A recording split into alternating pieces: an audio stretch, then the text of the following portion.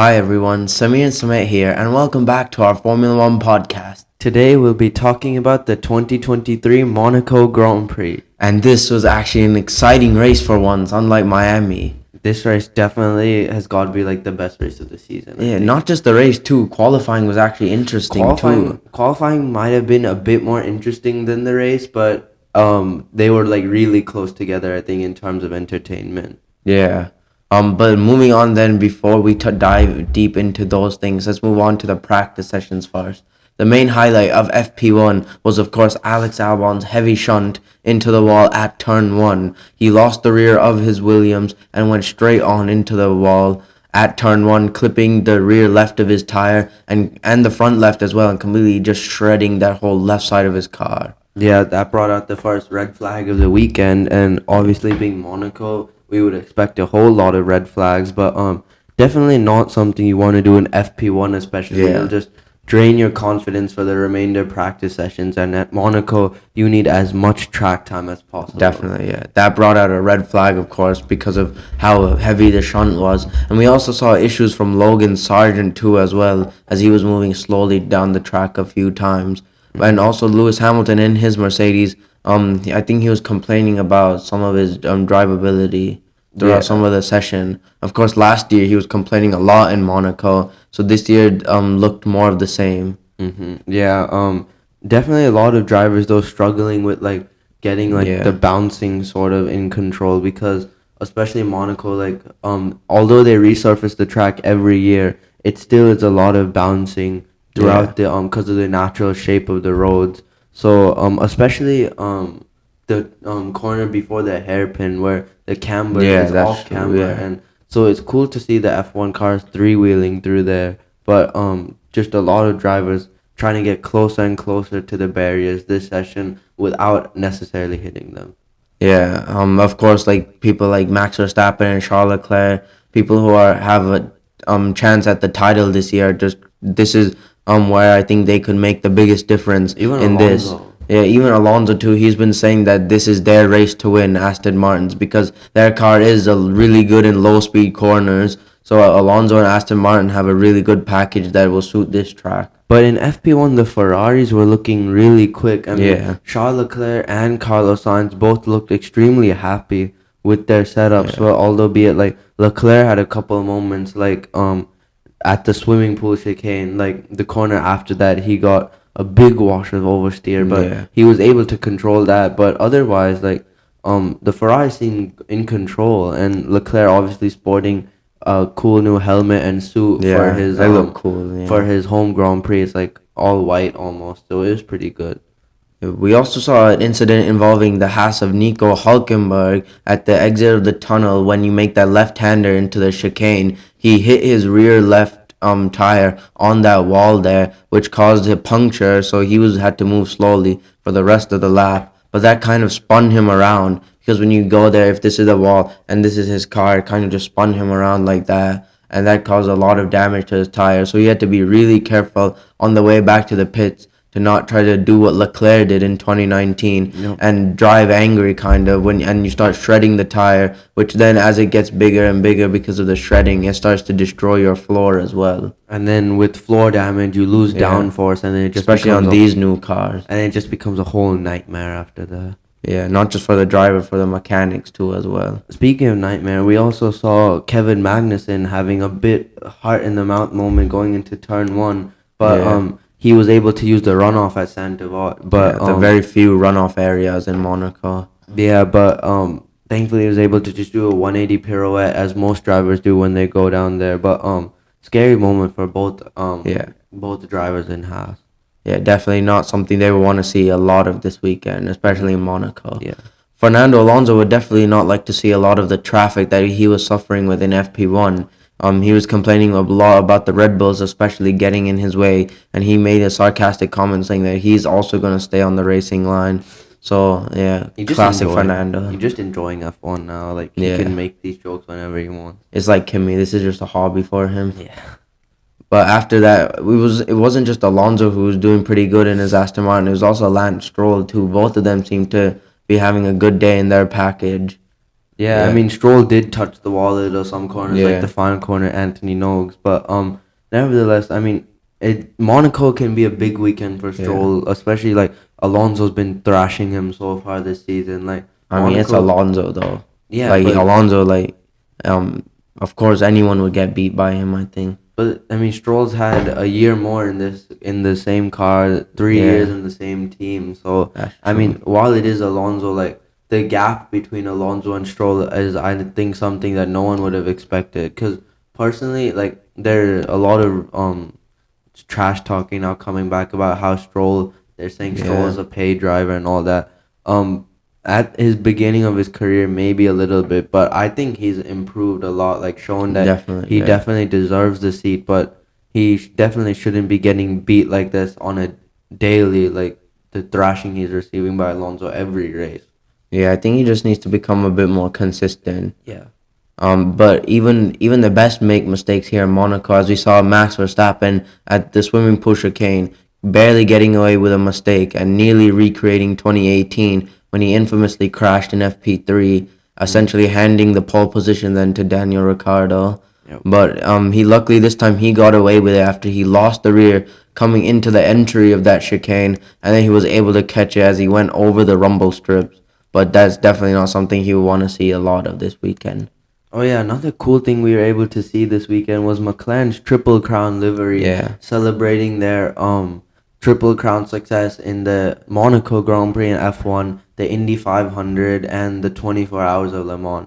It's cool that McLaren are showing this off at one of the races. Yeah, their overalls are also cool. And they're also keeping this for the Spanish Grand Prix. So it's a nice livery. I mean, it looks It nice. looks You cool, got the yeah. black for Le Mans, the white for the Monaco Grand Prix win, and then the orange for IndyCar. So Mm. that's really cool. But some people have been calling it a cigarette car. Oh yeah, So it that, kind of does look like it, yeah. that's also funny. But we'll see whether the cigarette has any pace or not. So at the end of FP1, then it was Carlos Sainz actually who finished the quickest overall from Fernando Alonso, 3/10 back on his countryman. Then came Lewis Hamilton in third. Then Perez, Leclerc, Verstappen, who was surprisingly in sixth. Then Norris, Ocon, Stroll, and Alex Albon snuck into the top 10. Pretty good job from Albon Yeah. after obviously his shunt. Yeah. So he's still, even with his shunt, he was still able to get a representative time. But I mean, this is still FP1 in early days. So there's more to come in FP2, FP3 qualifying in the race. Yep. And in FP2, it was a big nasty moment for Carlos Sainz crashing at that same very spot that his teammate Yeah. Leclerc crashed in 2 years ago to keep pole to himself. And it was like a nasty whack because he went Yeah. in hard, and like every driver who crashes there, he hit his front right. He went in too hard and hit that barrier that sticks out because you want to keep following that with your tire as much as you can till you have to turn left to maximize speed, but he just went too close and hit it. And Yeah. then the steering rod broke, so he couldn't turn left. He physically could not turn left. Like it shows his steering wheel turning left, but the tire's not turning because Yeah. the steering rod's Yeah. broke. And so he just goes straight on into the wall. But then the main concern for the mechanics would be that the back hit the Yeah. wall really hard, and so that would rattle the power unit, the gearbox, and all those good bits back there. And so not something you really want to be worrying Yeah. about, like having to change that gearbox and power unit because you have a specific allocation for the season for that. But thankfully, I don't think there would be any such damages for that. But not a great moment for Carlos Sainz. 2 in a row here in Monaco, second Yeah. places. But he would need more confidence coming off that shunt to keep his pace up. Yeah, Max Verstappen this time was absolutely flying this session as he set the fastest lap this so far of this session, and he was just looking like really confident in the Red Bull around Monaco. We've seen Red Bull typically dominate in Monaco in past years. They've taken quite a few wins in the last 5 years too. So their car is obviously suited for Monaco a lot, and Max Verstappen he just looks so effortless when he's driving the Red Bull now, and he's still pumping in purple sectors after purple sectors. It's amazing to see, but kind of boring too. Yeah, but also don't forget that Sergio Perez is there too. Perez Yeah, winner here last year. yeah, He that's true. also feels really confident with his abilities around Monaco. I mean, Red Bull have won here. What He's the like king of the streets. yeah, but like just Red Bull too. They have a lot of experience here. Like 2011 was Vettel, 2010 and 2012 was Weber. Then 2016 could have been Ricardo, but Yeah. then they got Ricardo in 2018, and then obviously Verstappen 2021 and Perez 2022. They really Yeah, have a lot of success around here, and I think personally there would be nothing stopping them yeah. unless another team finds a whole lot of pace. Or a bunch of traffic like we've been seeing in FP2 as well. Like especially with Sergio Perez too getting caught with traffic, just like Fernando Alonso in FP1. So Monaco's obviously we've seen traffic be a big issue in past years, especially during qualifying. And don't forget too, in this session, Leclerc also impeded Sainz on Yeah. at the swimming pool chicane. That was a big scare for the two Ferraris. Yeah, so especially within the teammates too, that's definitely something that can be avoided. But with other teams, it's kind of hard to avoid. Just the drivers and engineers need to be constantly communicating with each other. Yeah, especially like Monaco. A lot of blind corners, like you won't see Yeah, cars unless you're like near close to them. yeah, blind corners are a big issue. Yeah. But yeah, we saw Alonso obviously complaining about Russell cutting the chicane and re-overtaking him. Yeah. But that's yeah, so just another issue of that traffic. And Sonoda as well, clipping the same area where Hulkenberg got his puncture, but luckily he got away with it. So yeah, and the mechanics were also able to get Alex Albon's car done just in time for him to complete some laps in FP2, and so that was a really good showing from the Williams mechanics. Yeah, working flat out, obviously. That's Yeah. definitely the toughest thing in F1, one of them. Like fixing the car just in time Definitely, for yeah. the next session. Like, I mean, we've seen it happen and sometimes we haven't seen it happen. Obviously, remember 2018 Verstappen had that crash. The Yeah. mechanics were able to get it turned out, but then they found an oil leak and so he wasn't able to partake. So sometimes it works and sometimes it doesn't. But when it does work, the drivers definitely feel a lot of gratitude towards As the they should, yeah, mechanics. as they should. So at the end of FP2, then it was Max Verstappen who set the fastest lap of the session and of the weekend so far with a 1:12.462, a really strong time from him. But Leclerc was not far off, just 6/100ths behind Max Verstappen. Then came Sainz, who was a tenth back. Then Fernando Alonso, who was 2/10ths back. Then came Norris, Hamilton, Perez, Bottas, Gasly, and Ocon. So both Alpines barely snuck into the top 10, but still some ways away off the leaders. Yeah, but it's only just FP2, different run plans and Yeah. everything. But going on to FP3, bad mistake from Lewis Hamilton coming into that, I think it's Mirabel, or I don't know what that name Right is. before the hairpin. Yeah, it's the Nico Rosberg corner. yeah, right before the hairpin. Hamilton, obviously the car's three-wheel into that off-camber corner, and Hamilton just got a wash of oversteer and hit the wall Yeah. hard on that, and he beached like he got his front wing stuck in that barrier there, and so they actually had to get a crane and lift that car out. Yeah. And the crane lifted that car really high up, like it went extremely high, and so all the engineers and all the The whole teams, city, the whole country got to look at the Lewis Hamilton floor, how high they lifted it. yeah, they could see the underside of that floor, and so and then it was funny, like they showed the car being lifted up, and then they panned to all the Mercedes mechanics in the garage just praying that they don't drop that car, because oh boy, would that have been a major disaster if they had dropped Yeah. that. And actually, when they started lifting it, it started tilting back because there's more weight at the Yeah. back due to the engine and everything, and so it was kind of scary, but thankfully no such damage was happened, and they were able to get that car back to the pits. Yeah, George Russell nearly also had a big crash on the entry to Rascas where he clipped his left front right at the entry, but luckily he was able to get away with that. But just a lot of touches like that, and definitely his suspension will be damaged. So he was luckily able to get away with that. But that's the difference around Monaco. If you're able to just it's 1 millimeter oftentimes, just that can find you so much time. Yeah. So it's like those type of risks have to be taken. That's why practice is there, just so that people can find that time and find where the limit is. But then that's again why this race is so special, because if you win it, you know you've done everything better That's than a true, lot of yeah. other drivers. And but once again we saw the Red Bulls out in front, but it looked like Fernando Alonso could possibly challenge Yeah. maybe like Verstappen or Perez, because he seemed to be absolutely dialed into his Aston Martin, as he's looked like all week, on almost all season so far. Yeah. Leclerc was also having some troubles with his Ferrari as he clipped the entry into where he crashed in 2021 famously, but luckily he was able to get away with it, and he was just asking his engineers if they saw anything because he said he can't feel it inside the car. But maybe that's how he can find more pace if he can't find it, especially because if it's just one lap qualifying, then if he doesn't feel it and that's gaining time, then he won't have to worry about long-term damage. Whereas in a race, you would have to worry about that. Yeah, but obviously, look at the main thing with this now. They just need to isolate the issue now, especially the session right before Yeah. qualifying. This is where the driver needs to be dialed in with the car. But someone who wasn't dialed with the car was Esteban Ocon, who had Yeah. an engine issue, and he parked up in the middle of the tunnel.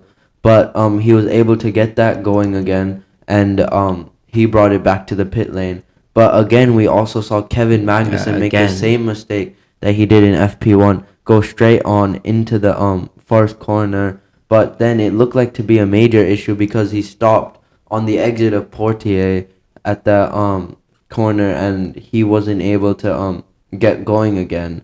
But his teammate Nico Hulkenberg looked pretty good in his Haas, obviously wanting a good result for his new team. Yeah. So He's looked like the strongest man so far and has this season. Obviously he's been unlucky not to get any podiums, but I mean overall Hulkenberg I think is a really solid midfield driver. yeah, he definitely is, and it would be nice to see him on the podium one time. But Yeah. at Monaco, if you can get a good result in his house, that would be a big win for him and the Yeah. team. So at the end of FP3, then it was a Red Bull 1-2, Verstappen from Perez. Perez just 7/100ths off his teammate. Then Lance Stroll impressing again, just 1/10 off Max Verstappen. Then came Sainz, Norris, Gasly. Again, a strong showing from Gasly. Leclerc disappointing down in 7th. Hamilton even more disappointing in 8th. Then Ocon 9th and Bottas in 10th. Yep. Now going on into qualifying Q1, and Yeah. the big shock of Q1, Sergio Perez overcooking it into Sandoval, the first corner, just completely messing it up, and he tried to catch it, but he couldn't. He hit the wall with his left side, and his left rear tire just completely got ripped off the car, and so that was his qualifying done, and that completely ruined his weekend for He just Monaco. went in way too deep, and that's the thing about Monaco. Those risks in Q1 in a Red Bull are just not necessary at all. Yeah. Like, you don't need to be finding that much time, especially when you're driving a Red Bull in Q1. That's like some Q3 type stuff. You don't need to wait till Q1. Because now he'd be starting dead last in Yeah. 20th, and complete, and Monaco, we know you can't overtake that easily, and so it would be a real challenge for Perez to find a way to overtake. I mean, we've seen Verstappen in 2018. He came up to like P7 after starting. That's when the cars were a lot smaller, though. Yeah, these cars are a lot wider now, and so it's going to be a lot harder for Perez to do what Verstappen did. Yeah. And especially for the World Championship now, if Perez loses and Verstappen goes on to like finish on the podium or win, that would see a huge dent to his championship blows.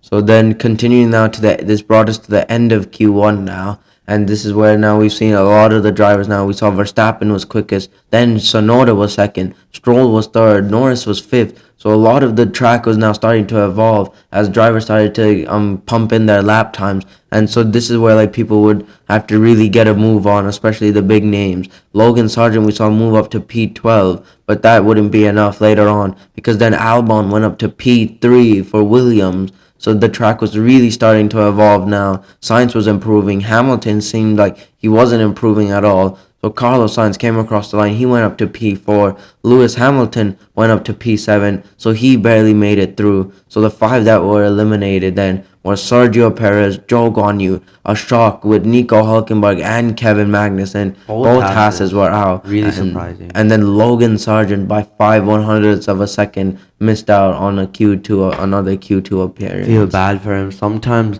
it's been really weird with Sargent. Sometimes he's been really close. Like he's been unlucky just all around. I feel like sometimes he's been really close, and other times he's just been woefully slow. Like Jeddah, he was predicted like by his team that he would qualify at least 7th or 8th, with his pace, but he just couldn't find a lap together. I mean, Yeah. that's like, I think that's kind of on him. That it is, but also sometimes he's gone unlucky. So Yeah. just a real shame. We'll see what Sargent does in the race. But I Q1 definitely a big shock that both Haas cars were out, and so that was really such a shame. Yeah, I think with Sargent, the thing is he's a bit too early for F1. I think if you look at his Formula 3 days where he spent 3 seasons in F3, by his second and third year, he was driving really well, especially in his second year when he was mounting that title challenge with Prema and got really close to winning it at the end. If it weren't for that crash with Zendelli in Mugello, which effectively handed it then to Oscar Piastri and then promoted Pourchaire up to P2. So Sargent finished P3, but he was driving really consistently in F3 because of how long he was. Whereas if you look at his F2, it was more of the same of his F1 career so far, where occasionally he's been really good and really brilliant, but he just doesn't have that consistency. So I think that maybe Williams should maybe give him another chance next season because we've seen that Sargent, when he has that longevity and he has that continued experience, then he starts to grow as a driver and then he starts to drive really well. I think we just give Yeah. him more time. We'll see how it works out. Yeah. But yeah, I think I agree with you. Longevity, but that's any driver. That's Any true, driver yeah. needs longevity. Unless Oscar Piastri, who won F3 and F2 in his debut year and is driving really well this year. Mm-hmm. So, yeah. But in Q2, now going into Q2, speaking of Oscar Piastri and McLaren, it would be his teammate Lando Norris on the entry to Tibet. He went a bit too wide and clipped the end, and so that like effectively messed up the front toe of his car. So like it wouldn't steer straight now. He would have to have the wheel turn the slight angle either left or right to keep it pointed straight. Yeah. But he needed to box for that and finish and make sure his mechanics can get to work, get on that as much time as they can, so that they finish their job. Yeah, so then towards the end of Q2, then the final laps, Lewis Hamilton was in the bottom zone and he was looking to improve too. And throughout the time, he was finding lap, especially in the second sector, he was finding lap time. The first sector he hadn't, but Hamilton crossed the line and he went up into P5. So that was really good from him. He managed to find a lap together at the very end.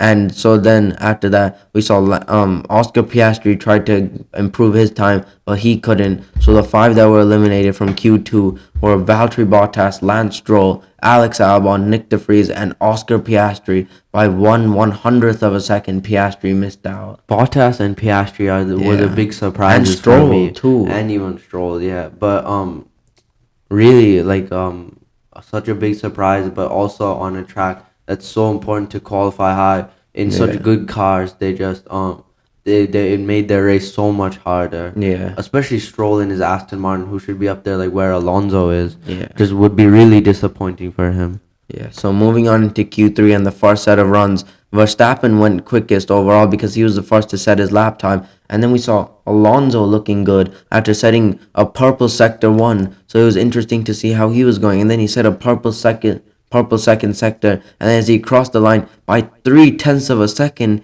he went into the 111s. And Fernando Alonso was on provisional pole. And those behind didn't look like they were going to challenge enough. Leclerc went onto the front row. Then Sainz went onto the front row. And then Lewis Hamilton could not find a good lap together. He stayed down in 8th. So the track was starting to evolve, I guess, or maybe Verstappen made a mistake somewhere, but he just didn't have the lap time that we've seen before. It was a good lap by Alonso as well, too. A really good lap from Alonso. And then the second set of runs, Lewis Hamilton and Max Verstappen trying to find pace. Verstappen, then he went back onto provisional pole, and Lewis Hamilton, then he went up into P3, just 7/100ths off Verstappen, and Alonso was 5/100ths off of Verstappen. And then we saw Esteban Ocon pull a lap out of nowhere to go onto provisional pole by 1/10 of a second too. That came out of nowhere. That was so surprising, so impressive from Ocon, who's been driving pretty well this season, but here in Monaco, that was an incredible lap from him in the Alpine to put it up there with the Red Bulls and Aston Martin. And by 1/10 too, that's a pretty big margin too. So when we saw Lando Norris, who the McLaren team were able to get his car up and running again, he went and tried to set a time, but it wasn't good enough. It was just good enough for P9. Then this brought us to the final set of runs. Immediately we saw Charles Leclerc blitz the far sector. By 7/100ths he was up on Ocon, and it was the fastest purple sector that we've seen. And then Sainz behind him looked like he wasn't doing very good with a pretty poor far sector. Alonso also was doing really good with an far sector, a purple far sector. Leclerc looking to take 3 consecutive poles around Monaco obviously would be really impressive, but Alonso and Verstappen were just absolutely on it as well. So it was a 3-way fight for pole position. And Leclerc would be the first one to cross the line, and Leclerc would go on to provisional pole position. And then Ocon wouldn't be fighting back because he was in the pits. His qualifying was done based on his run plan. So Leclerc, he went on to provisional pole. Then Carlos Sainz would be the next to cross the line, and he couldn't beat Esteban Ocon, so he was stuck in P3 for now. And then Fernando Alonso, who was purple sector 1 and purple sector 2 with another magical lap, he crossed the line and then by 2/100ths of a second went back onto provisional pole. It was a really good lap from Alonso, so we waited now for the challenge from George Russell to see if Russell could do anything about it. Unfortunately for Russell, he couldn't do anything about it. But then Russell stayed in 8th. But then Max Verstappen came. His first and second sectors were pretty decent, but he was still 2/10ths down. And then his third sector was absolutely magnificent. It was majestical. It was majestic. It was just absolutely everything that you could have wanted. It was perfect. I don't think he could have found any more time. I don't think you could have fit a piece of paper between him and the entry of the chicane after the famous Leclerc chicane, I'll call it, where he crashed. I don't think you could have fit a piece of paper there from how close he was from the barriers. And we even saw him on the main start-finish straight. He hit the wall a bit. He tapped the wall. But even after that, the amount of time he gained, he went back onto pole position and stole pole away from Fernando Alonso and Aston Martin by 8/100ths of a second. And he just pulled that last sector out of nowhere. It was such a great final sector. Disappointment and heartbreak for Aston Martin. But for Red Bull, it was incredible. But then again, they should have had 2 cars up there if it weren't for Perez's crash. But nevertheless, showing Verstappen showing why he is the reigning double world champion. An incredible final sector from him, which would make his race a lot easier the next day.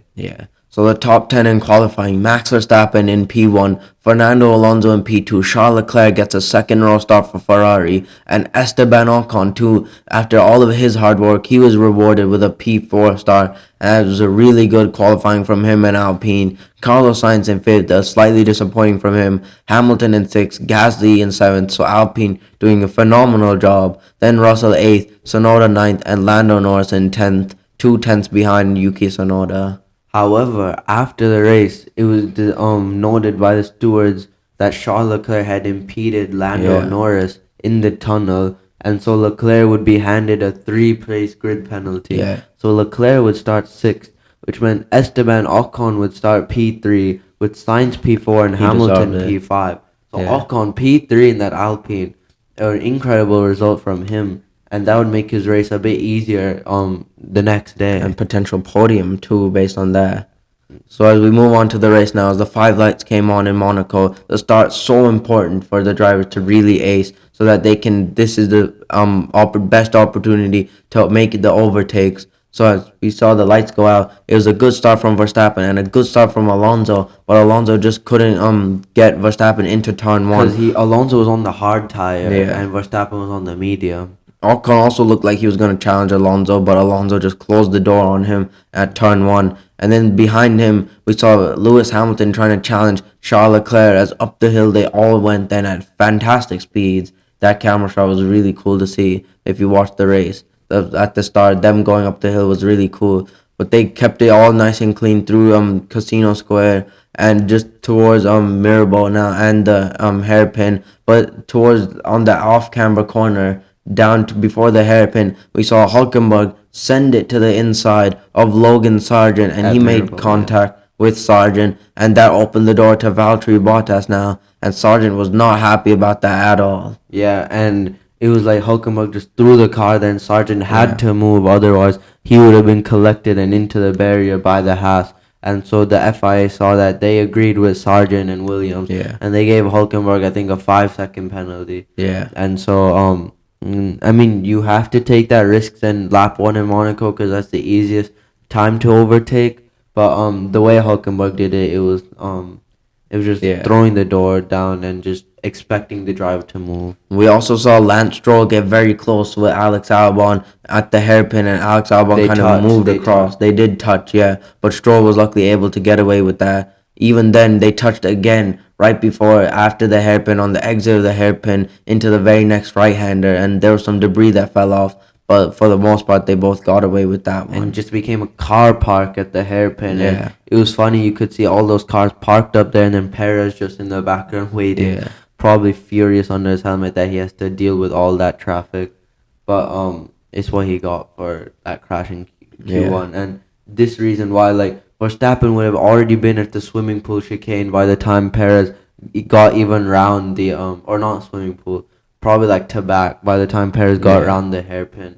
So already just a big gap between him and his teammate. Yeah, on lap 11, we saw Carlos Sainz telling his race engineer to push the car in front of Esteban Ocon to use his tires, but he ended up pushing him through the corner after he ran into the back of the Alpine, and that caused severe damage to his front wing, and that ruined his race from there on. That was just such a bad move from Sainz. He just overcooked it. He tried to send it to the inside, but it was just a day late and a dollar short, as Martin Brundle likes to say. Yeah, I mean, it was not necessary. Like, it was a half-hearted move too. Yeah. Like, that was the reason why they crashed. It was a half-hearted move from Sainz, and Ocon did nothing wrong. Like, Sainz said he moved late, but going back at the footage, Ocon didn't move at all, and it was just unnecessary from Sainz to like make half-hearted moves like that, because they will punish you around Monaco. Yeah, so moving on to lap 17, then Logan Sargent was the head of the Freedom train, but then we saw Kevin Magnussen be the first to overtake the American as he sent it to the inside of that off-camber corner, and he was able to get past Logan Sargent, and then this would then ruin Sargent's race afterwards because he was immediately then put under pressure by Lance Stroll behind, and Stroll sent it to the inside of Sargent at Rascas, and that then opened the door for Sergio Perez, who made a very bold move too, and he got past the Williams as well. That was a very opportunistic move. And then now Sargent was just under pressure from Joe Guan Yu as well in the Alfa Romeo, and this was just ruining Sargent's race as he had no more pace to show after this. Yeah, I mean, that all started at Mirabel back then, and so that was a really opportunistic move as well from Perez to get that, like, especially because he would need to be all cylinders firing, awareness at 100% to make any overtake, especially with these wide cars these days. Yeah, Sargent just at the end he just had no more tire pace to show, and this was just like completely ruining his strategy too. And we saw Sergio Perez then after Verstappen lapped him, he tried to follow his teammate through and get past Lance Stroll, but Stroll moved across right at the last minute and forced Perez off the road, and Perez didn't give the position back to Lance Stroll, and he stayed ahead. Then we saw the Ferrari of Carlos Sainz come in just before the rain started to come down. Actually, he made the gamble to pit for hard tires and continue on a set of slicks. But Sainz was mad about that because Ocon had pitted before and then Sainz had pitted after. But Ferrari said it was to cover Hamilton. But Sainz was furious at that because he didn't want anything to do with Hamilton. He wanted to be ahead of Ocon. But Ferrari, again, blundering the strategy with him and focusing on one thing and the driver wants another thing. Just miscommunication in general. Just not what you want, especially at Monaco. Yeah, on lap 35, we saw one of the Hasses make a mistake at the chicane at the end of the tunnel. It was Kevin Magnussen, and Sergio Perez tried to get a switchback, but instead he ran right into the back of Kevin Magnussen, and Magnussen broke Perez's front wing. So just another disappointing thing from Perez, who was forced to make another pit stop too. Yep, and then lap 53 is when all drama broke loose. Yeah. That's when the rain started dripping down at the hairpin section, sector 2 area, and that's where it became so treacherous for the drivers on slick tires they would have to like They were just tippy toe across tiptoeing there. through there. Yeah. Yeah, especially on worn tires too. Like Verstappen was saying, Yeah. he had to like tippy throw toe through there, and so you couldn't even make an overtake into the next corner as Carlos Sainz would try to do on Esteban Ocon because of how dangerous, like you still had water on your tires.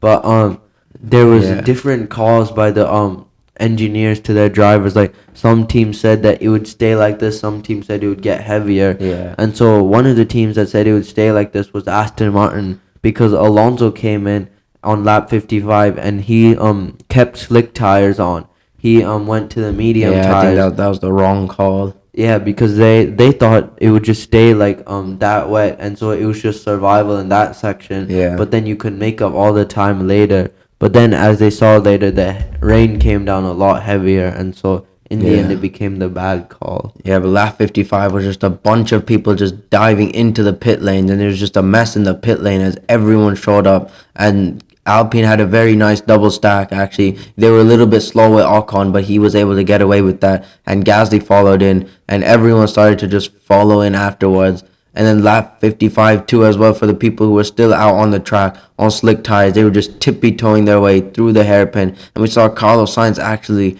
at that corner, Mirabel. He just went straight on into that escape road after he just slid and aquaplaned completely into that escape road. And luckily he didn't find the barriers too. Yeah. So he got away with that one. And that brought him out behind his teammate, and Yeah. we saw him trying to overtake his Yeah. teammate at the exit of that trying into Of the going into chicane. Tabac. Yeah. And Leclerc would blocking him off because they would bring both Ferraris in that lap, and Yeah. so Sainz, that ruined Sainz's race almost. I mean, Yeah. obviously the spin did, but it cost Sainz more time because he had to wait behind his teammate. There wasn't a big gap for Yeah. that double stack, so Leclerc obviously would get the first service, but Sainz would have to just queue up behind him, and that would definitely be frustrating for Sainz. Yeah, and then we also saw in lap 55 too, George Russell go straight on as well. As after locking up, he went straight on into the escape road, and Lance Stroll was also there. But Russell was able to get reverse, and as he rejoined the track, Perez was right there, and he slammed into the back of the Mercedes. It was quite a heavy impact, but luckily no one broke anything off of their cars. But Russell was then later given a penalty due to unsafe re-entry into the track. Yeah, And so I mean, I don't know how much he could have seen though, because you can't like turn your head a lot due to the Hans device. Yeah. But clearly, obviously, he couldn't see out of the mirror, so yeah. unfortunate, unlucky from Russell. Yeah, lap 56, then the Ferraris finally came into the pit, double stacking. It was Leclerc in first, then Sainz. But then we also saw Lance Stroll too, just completely not being able to turn his Aston Martin at the hairpin, and he went straight on and broke some of his front wing, and so that was not good at all. I think it was an issue though, almost, because like first of all, Alonso was able to make a free pit stop and still keep his second place. Yeah. But Aston Martin, even when they also brought in Stroll, he wasn't able to turn at the hairpin. But then when he got it straight, he just kept going. I don't know if it's because he was going or he was trying to brake, but the engine was kept going. But it looked like definitely he had a problem, because that just capped off his miserable weekend. Yeah, then we also saw Sergio Perez at the swimming pool chicane lose the rear of his car, but somehow he caught it, and that he got away with what would have been a really big incident. And then Logan Sargent just couldn't turn the wheel. I don't know what he was doing, but yeah, just another Sargent moment of not being able to drive properly. But meanwhile, we saw two cars who could drive properly, and it was the two McLarens, both Norris and Piastri, making copycat moves into turn one to get some good overtaking done, both on the AlphaTauri of Yuki Tsunoda. And so the McLarens were actually rapid in the wet. They were really almost, fast. I think they said Norris was like almost 3 seconds quicker than Verstappen on some laps. Yeah. So that cigarette really did have pace in the wet conditions. Yeah.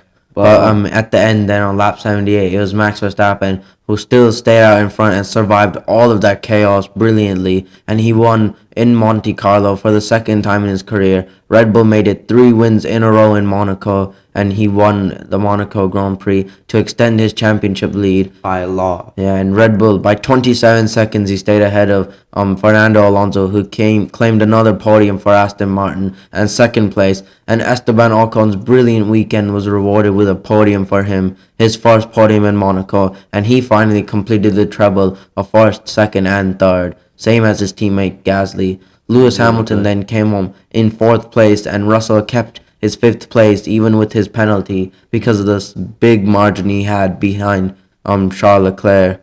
So that was a really good drive from Russell to keep his head cool and to claim that fifth place. Charles Leclerc finished his home Grand Prix once again, but in P6, I think the Monaco car struck again. It struck in qualifying with that 3-place grid penalty. Pierre Gasly got 7th place, so a lot of points for Alpine. Carlos Sainz's race got ruined, and he finished in P8. Lando Norris and Oscar Piastri, 9th and 10th, made it a double points finish for McLaren, and that was a really good... In their Triple Crown livery, too, that was nice. Yeah. A good luck livery, maybe, for them. Yeah, so Max Verstappen just dominated this race again. It was a really good race in my opinion. I quite enjoyed it a lot. It was definitely got a lot interesting as the rain came down. It was really cool. Yeah. So thank you guys for listening to this episode of our podcast, and be sure to join us next time as we take a look at the 2023 Spanish Grand Prix. Thank you.